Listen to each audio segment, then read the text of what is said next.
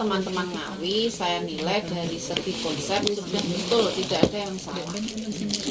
Jadi kalau guru itu sudah menguasai konten yang akan diajarkan, maka yang lain tinggal mengembangkan.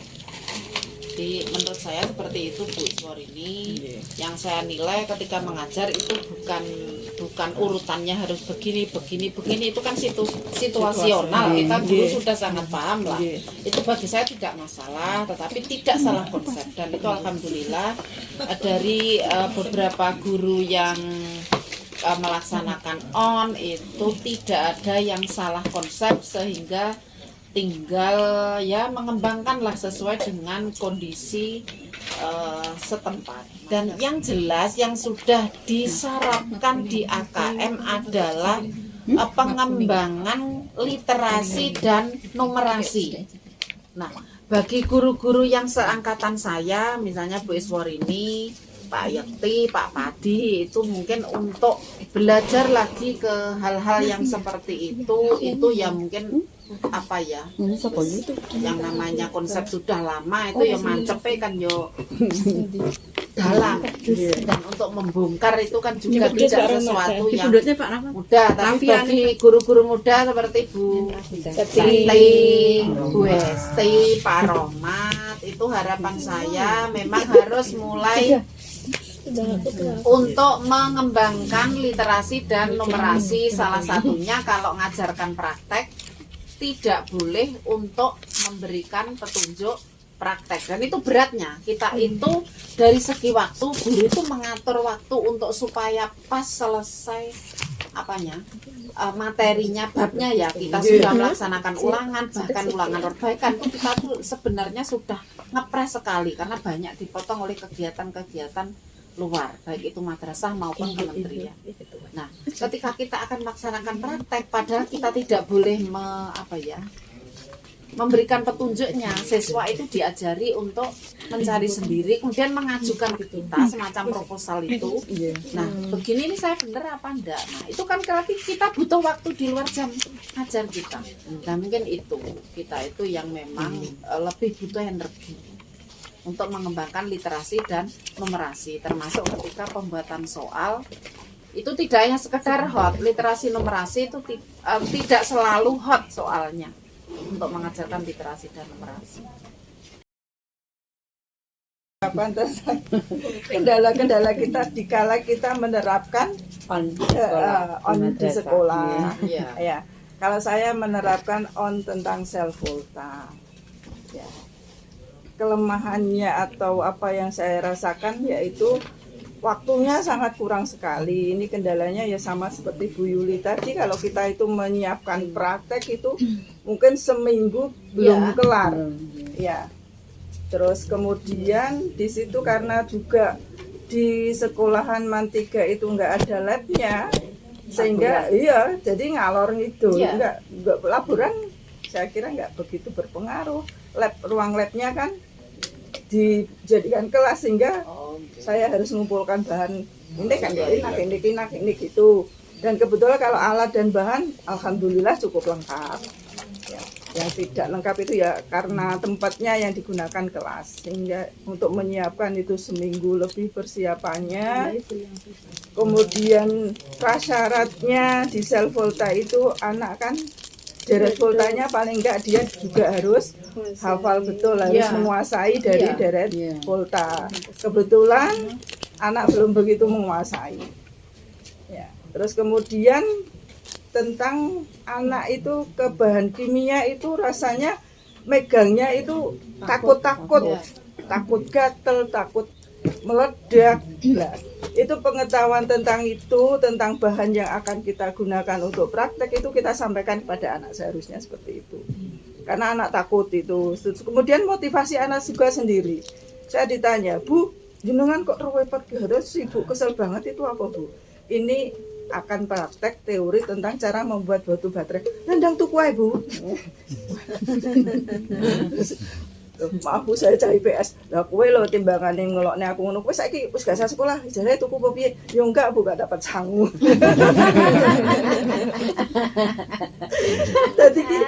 Jadi saya merasa bersalah memberi image bahwa praktek kimia itu ngesel nih. Ada satu lagi konsep yang kebetulan ini konsepnya ini termasuk pengayaan atau pengembangan konsep, tapi saya kira duduk miskonsep. Gini, satu ada tentang bahan kimia yaitu Mg, logam Mg. Terus saya masukkan karena cari MgSO4 nggak dapat, saya sebetulnya ada. Itu saya ganti air aki. Terus kemudian hubungannya berikutnya sama seng. Itu nggak bisa gerak. Saya pindah juga nggak bisa. Terus apa? Nggak bisa bergerak apanya, Bu? Ada ini voltmeternya nggak bisa. Akan dia negatif Iya. enol. Ayo, sinten sing badhe menjelaskan. Ketika Mg dimasukkan dalam H2SO4, asumsinya adalah aki itu mengandung H2SO4 yang bisa bereaksi karena Mg kan sebelah kirinya H itu loh, dia potas, sehingga terbentuklah Mg-SO4. Cuma ketika itu terjadi reaksi mungkin kan tidak murni larutan Mg-SO4, mungkin masih kelebihan H2SO4 kan bisa loh, sisa itu maksudnya. Ini larutannya Sisa. H2SO4.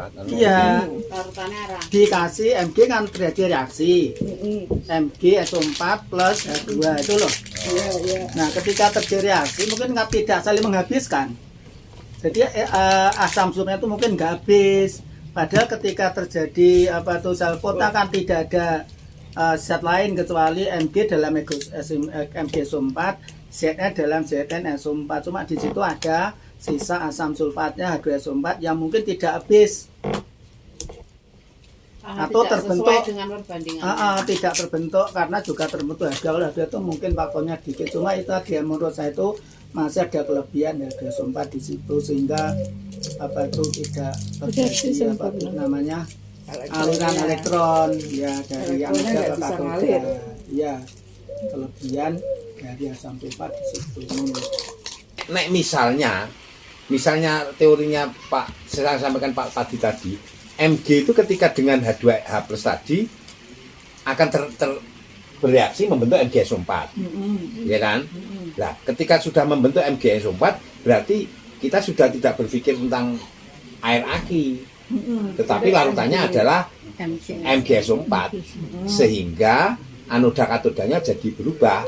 Yang tadinya Zn itu kalau dengan H2SO4 itu harusnya sebagai mengalami oksidasi ya, sebagai anoda, tetapi ketika dengan masukkan Mg karena Mg harusnya bereaksi dengan H2SO4, maka Zn itu akhirnya berubah jadi katoda, berposisi sebagai katoda. Memang Zn-nya saya posisikan sebagai katoda. Tapi larutannya H2SO4. Bukan. Larutannya kan akusur. Iya, ini loh. Ini Yang loh, Pak. Mg, Ini loh, yang Pak. larutannya asam sulfat. Lah ya, Heeh. larutan asam sulfat itu kan H+. Sementara dalam direct volta H+ itu kan posisinya di kanannya Zn. Kabeh ning kanannya. Sementara Mg kan sebelah kirinya Zn. Kan ketika sel volta itu kan harus seimbang antar muatan katoda dan anoda, Anoda. diadakan jembatan garam. Nah, mungkin karena itu ada kelebihan H2SO4 sehingga tidak setimbang muatan antara di katoda sama di anoda sehingga enggak terjadi reaksi. Nggak Jadi terjadi jembatan garam listrik. itu kan menyeimbangkan muatan positif dan muatan negatif, baru terjadi aliran listrik ketika sudah seimbang itu muatannya antara negatif dan positif. Ketika ada H2SO4 ya muatannya enggak setimbang.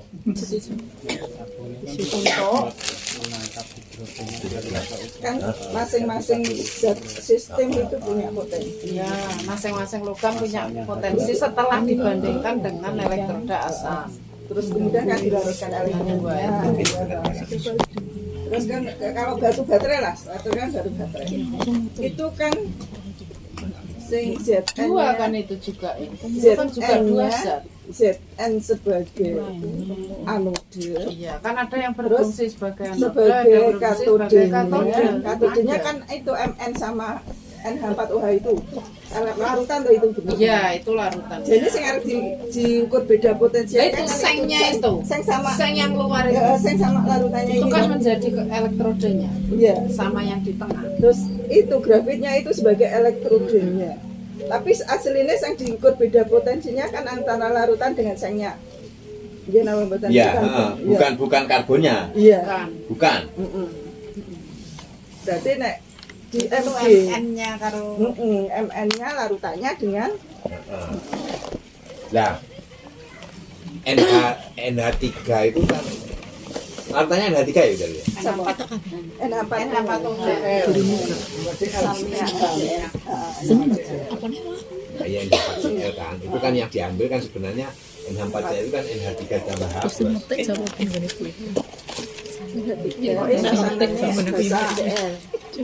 H plus kan. Cuma kita juga bukan yang plus, Geser sih. NH. NH4 plus pasti L-min kan. karena data yang manual kan nggak boleh NH4C. CL. Berarti kan NH4 plus. Enggak, tapi dalam proses perhitungannya itu yang diambil apanya? Tapi nek baterai sudah dikembangkan ke baterai yang potensinya tinggi itu diganti dengan Baterai LI itu LI. Ngurangin Nah, LI itu dari nilai nolnya kan dia yang paling kiri. Paling besar. Lihat kalau Bapak Tamat mengajar Al-Quran ya. Tenang lihat karena melawan cerdas. Kata takut jawalan itu porno. Pakai celana baru. Aduh, Bin. Berarti sekarang di sel volta itu yang harus ditekankan adalah sel volta itu untuk mengukur beda Potensial kan tujuannya Kan untuk itu memperoleh Terus energi. kemudian larutan yang energi listrik. larutannya harus larutan Elektrolit. elektrolit. Terus apakah kan ada sel volta, ada sel primer, sel sekunder. Ya. Kalau di sel sekunder kan tidak harus dari larutannya gitu ya. Sel sekunder kan bisa diisi ulang. Bukan, Bedanya cuma begitu.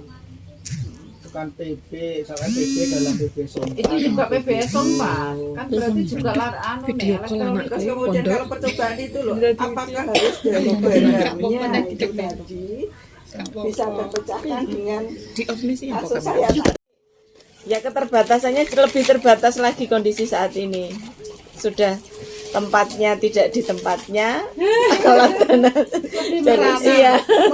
jadi anak-anak sudah malah waktu itu saya ingat ketika mau praktek itu ceritanya gantian kelas sama biologi. Jadi biologi itu yang mau ngambil gambar juga, kimia juga, sama-sama onnya, biologi juga praktek, saya juga. Jadi janjiannya itu biologi prakteknya juga lama nggak selesai. Begitu kita masuk itu saya sudah tak cicil di luar. Masuk itu tinggal mengerjakan, jadi sudah Iya, butuh waktunya. Anak-anak sudah sampai jenuh, sampai itu karena tapi yang alhamdulillah begitu praktek ada ketertarikan, anak-anak sudah sedikit memahami, artinya sudah sedikit memahami tentang konsep sel elektrolis itu maksudnya apa, sel volta itu seperti apa, itu sudah ada gambaran. Dan ya memang sebetulnya anak-anak itu kalau diajak praktek itu senang-senang saja, senang. Jadi anak-anak itu senang dan semangat gitu, semangat, penasaran, pengen, iya gitu. Cuma ya itu tadi. Pas itu demo bledor kobongnya tahu. Oh yang waktu habis dari Pak Uga, saya juga praktek itu Pak berdebat dari Pak Uga. Dos nih itu semuanya guru-guru di ruang sebelah itu ya apa kayak gitu anak-anak sewenang malah dos gitu ya. Aduh, ganti tema. Ya tanah ganti tema. Anu ngajari anaknya kok jadi teroris. Iya jadi maksudnya sebetulnya praktek itu tetap menyenangkan di anak-anak, cuma ya kadang-kadang itu tadi kita banyak keterbatasan ya hubungannya dengan tempat, hubungannya dengan waktu. Gitu. Sel elektrolisis itu harus pakai timbangan yang benar-benar bisa menghitung dalam miligram, mungkin begitu. Jadi kenaikan miligram. Elektrolisis itu ketoknya kaku. Kaku dalam mengerjakan itu kaku Bisa karena kita kita yang ditekankan itu apa, satuan yang ingin ditekankan di elektrolisis itu apa. Tapi lebih susah ya Wi, penerapan soalnya. karena parade hukum 1 hukum 2 itu kadang-kadang anak-anak Nek anak itu iya Mas saya kok malah hukum Faraday itu gampangannya gak masalah. Yang masalah malah reaksi. oh reaksinya ya Hukum Faraday gak sulit menurut Ya, anak-anak. kalau Gampang itu hitungannya hukum Faraday mereka enggak menentukan katode di anodenya ya Pengenal rumus oke. Iya, hafal kan. iya betul di katode siapa yang di anode siapa ya bener langkahnya dari situ dulu.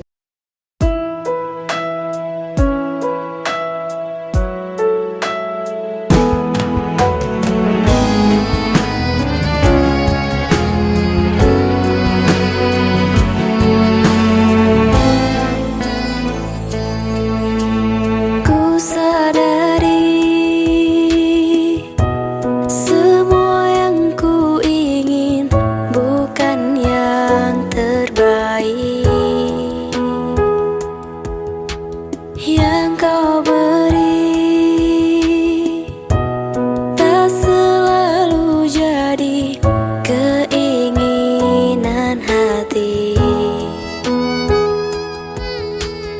Ampuni salahku menilaimu, salahku telah jauh darimu. Alhamdulillah wa syukurillah, terima kasihku atas segalanya. Alhamdulillah wa syukurillah, tak pantas ku mengeluh, kau telah beriku segalanya. Ku sadari semua yang ku ingin bukan yang terbaik yang kau beri, tak selalu jadi keinginan hati. Ampuni salahku menilaimu, salahku telah jauh darimu. Alhamdulillah wa syukurillah, Bawahnya ada 1 juta. terima kasihku atas segalanya. Mikrogram soalnya. Alhamdulillah Tapi ya perawatan balik lagi harus Ya, Oke. cedera asam, ojo kena banyak. Ini umpama gini, kau telah beriku ya tak buat variabel kau tahu tentangku, pakai stopwatch isi yang seperti hidupku, kita ukur orang lari tuh, orang lari ada finishnya kan, tek gitu ya, lari ada finishnya tek. Nah, misalnya kita elektroplating dengan baterai yang sama, puji bagimu. baterai ini misalnya satu pakai apa, pakai itu di black, nanti ketemu waktunya berapa sampai itu. Tuh, jadi untuk penyetaraan reaksi redox itu kelemahannya cuma satu, kesulitan di anak-anak itu adalah lupa menentukan bilangan oksidasi. Berarti mengulang.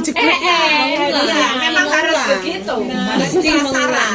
Kan harusnya enggak toh Bu. Harusnya teorinya. Teorinya kan enggak boleh. Oke, kita teori, bukan teori, kita praktek. Saya yang mengulang. Ya, meskipun misalnya langsung soal gitu. Nah, kok garap soal, bocah kok iso? Ya, berarti kita tinggal aja kan manggil memorinya dia. Tapi umumnya bocah kuwi meh lali kan. Normalnya normal. Ini normal apa ora? Tinggal kecil Iya. Jadi mas, misalnya kita beri stres, ternyata ya kok cepat karena memang dia paham. Iya. Ya wajar. Ini redok daring, sama mulang SKS ya, rada-rada paham Pak ya? Gak ada, sing redok daring Bu, lah ya raja 12. Iya. Apa tuh niku? So kok sadar di mana tuh tak plus menit. Nangis guru nih. Nek padahal di materinya ya. Ora dibuka. Tak bar ajar Jaring susah.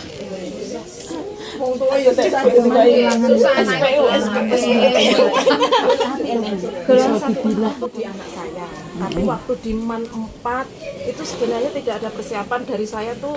Saya pikir saya tuh aman di situ. Ternyata ketiduran sampel waktu itu. Saya pikir tuh aman. Terus satu di MAN 4 itu kan kita sudah laptop sudah ada jimolnya. Lah untuk langsung ke lare menerapkan sesuai perintahnya itu sebenarnya tidak ada kendala, lari-lari remen kalau aplikasi. Nah, terus permasalahannya yaitu di hibridisasi. Ya. Gitu. Padahal itu kan syarat utama. Iya, kalau hibridisasinya bener nggak bisa buat. ya gambarnya gak metu. Ada yang PEB-nya itu tampilnya bukan di atom pusatnya. Ya, karena tidak select A1 itu. Iya. Ngenten iku lah, problemnya itu. Kalau yang lain-lain insyaallah. Satu lagi Bu, konfigurasi mekanika kuantum kadang nggak bisa. Belum. Enggak, kadang itu Iya. orbital bisa mengisi orbital itu. kan pakai mekanika kuantum. Iya. Itu kan kadang Sukulit. 1S2. Oh, berarti ki apa ya? Kulitnya, konfigurasi sekulitnya belum. Hibridisasi kan itunya Terus ini dia harus paham kulit valensi. Nah, Kamu harus paham kalau itu nggak paham nggak bisa membuat hibridisasi. Kulit valensi. Terus diagram orbital tak kalah penting. Iya, Ya, kotaknya. otomatis. Kotaknya itu juga masih Ya. agak Berarti kesulitan prasyaratnya juga. untuk yang geometri molekul memang ya Mekanika kuantum, Ya. konfigurasinya. konfigurasi PR-nya harus mantap. Iya, itu syaratnya. ke domain elektron ya. Tapi kalau anak itu sudah tahu jumlah PEI dan PEB itu hibridisasinya kayak gini bisa Bisa atau domain berarti. Bukan kan kalau dari situ dulu bisa kan Bu Yuri? hibridisasi kan untuk menentukan cupengnya atau Bu? Iya, lagi maksudnya ketika tahu PEI PEB-nya Nggak itu bisa karena kita harus memasukkan hibridisasi menjadi perintah di aplikasi. Ya, aplikasinya Jimol kan ada perintah. Iya. Ada perintah hibridisasi untuk menampilkan cupengnya. SP3.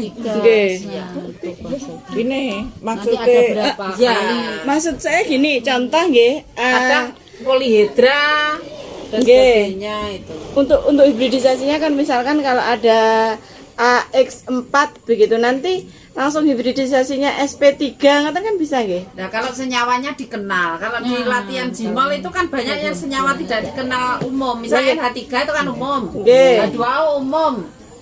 Tapi Nggih. kalau kemarin itu CLF3. H2, CL2 kan nggak umum ya. IF Ya. 5 Nah. F6 min gitu kan tadi Nah, F6 min. CO3 gitu. 2 min, nah itu kan juga nggak umum. Karena biasanya kan hibridisasi itu kalau saya nurunkannya itu kan dari rumus AXE-nya, E-nya berapa, ngaten nanti memenuhinya ke SP3, SP3D2, ngaten dilihat dari Berarti jumlah X dan berdasarkan E-nya. tabel. Iya, berdasarkan X dan E-nya. Jadi kalau pakai gambar itu kan susah, Bu. Kadang anak kok bisa gitu, kok bisa- gini aja, Kalau malah enaknya. kadang kalau domain elektron saya malah pakai tangan. Nggih. Manual itu. Untuk senyawa sederhana. Misalnya NH3, atom pusatnya siapa? Dia kan paham. Nggih, N nomor atomnya berapa? Kan Golongan 7. berapa? Pakai model atom bor, domain elektron saya pakainya bor. Tapi kalau VSCPR pakai mekanika kuantum. Kan seperti itu karena hibridisasi memang harus mekanika kuantum. Jadi kalau misalnya NH3 tadi N nomor atomnya 7 berarti kan 2.5. Nah, 5 kan begini. 5. Misalnya NH3 berarti yang dipakai berikatan berapa? Kan 3. Nggih, sisa 2. Kan sisa 2, berapa pasang? 1. Nggih. Jadi 3 PI, 1 PEB. Nggih. Itu anak cepat. Nggih. Tapi saya pakainya tangan malah. Karena saya sebisa mungkin saya tidak menekankan anak untuk menghafal kimia itu. Nggih. Tidak untuk menghafal. Gini loh. Kalau PCL5 gimana Bu itu? PCL5 kan P. P15. Dia kan Pakai 55-nya. pengecualian ya. Dia kan pengecualian. 5P itu kan 15 ya. Oke. Berarti 2.8.5. 5 kan? Dipakai Nah, semuanya. karena PCL 5 berarti yang diikat Semuanya 5, semua kan dipakai. Ada. Iya, dia kan tidak punya PEB, 5 PEI. PP. Dia tetap melihat tabel, cuma dia paham berapa PEI, berapa PEB-nya. Atau pusat golongan berapa? Ngoten kan kadang Nggih. kita bisa. Mungkin maksudnya butik tadi menampilkan aplikasi Digimall tapi melalui domain elektron yang pakai tabel, maksudnya Budi nek dhek gak paham hibridisasi Iya. pakai domain elektron terus melihat tabel ngoten lho Bu, tetap bisa. Makanya perintahnya Anak-anak memang memang harus kelemahannya hibridisasi. Kelemahannya hibridisasi. Iya. Kalau materi hibridisasinya tidak kuat dari jumlah Ya, PEB salah tadi perintah nggak keluar. jadi tidak bisa masuk. Saya awal-awal itu nampilkan H2O itu aja nggak keluaran nih. Hibridisasi itu kan termasuk pengayaan. Kan H2O nggak ada polihedranya. Kalau karena bentuknya V toh. Bukan Aku bingung iki piye ta? Kalau yang masih penasaran tuh SF4 Bu. Nggih. Kenapa kok PEB-nya nggak muncul itu berkali-kali muncul? Padahal sudah selek. Padahal sudah, terus hibridisasi sudah berkali-kali tak cek. Wis Mau bener. cek nggih, pun bener, tapi nggak jadi-jadi. Aduh kok Lah niku Pak Rahmat mungkin sing iki apa molekule SF4. SF4. Yang kedua, oke. Terus kemarin ini kok PCL3 ya. Oke. Oke, terus C. Apa yang C? ICL CH2 CL ini kok lho. CH2 F2 CL3 CH2 F2 CH2 CL2 CH2 Oke, Gamenya sebenarnya ini lho Pak SF4 ini lho. Kayaknya masuk. Gue sampai bingung gue sampai sekarang ini. SP3 Sudah hibridisasinya sudah. Sudah sesuai ya kayaknya itu. SF4 SP3 coba di Padha karo PC5 Sama Mbak Septi, apa warnanya yang sesuai tak ganti dulu. Ren, sama Mas dulu kan loh. Aku curhat padamu. Kali ini aku kan ibu kalau nggak ngerti langsung aku nggak ngerti aku. Mungkin makanya diganti. Sudah 3 kali ya. termasuk program Neng AED omah tak jajale Bu. coba nih saya Digimall jadi Pak mau Rahmat. jam set Dan ini ben praktek Pak. Iya tapi ya. Jimol kan jam set Terus lari pulau nyoba itu kan dikirim ke saya videonya itu PEB-nya bukan di pusat. Tenggone pengeliling. Nggih. tapi dagelannya ning terus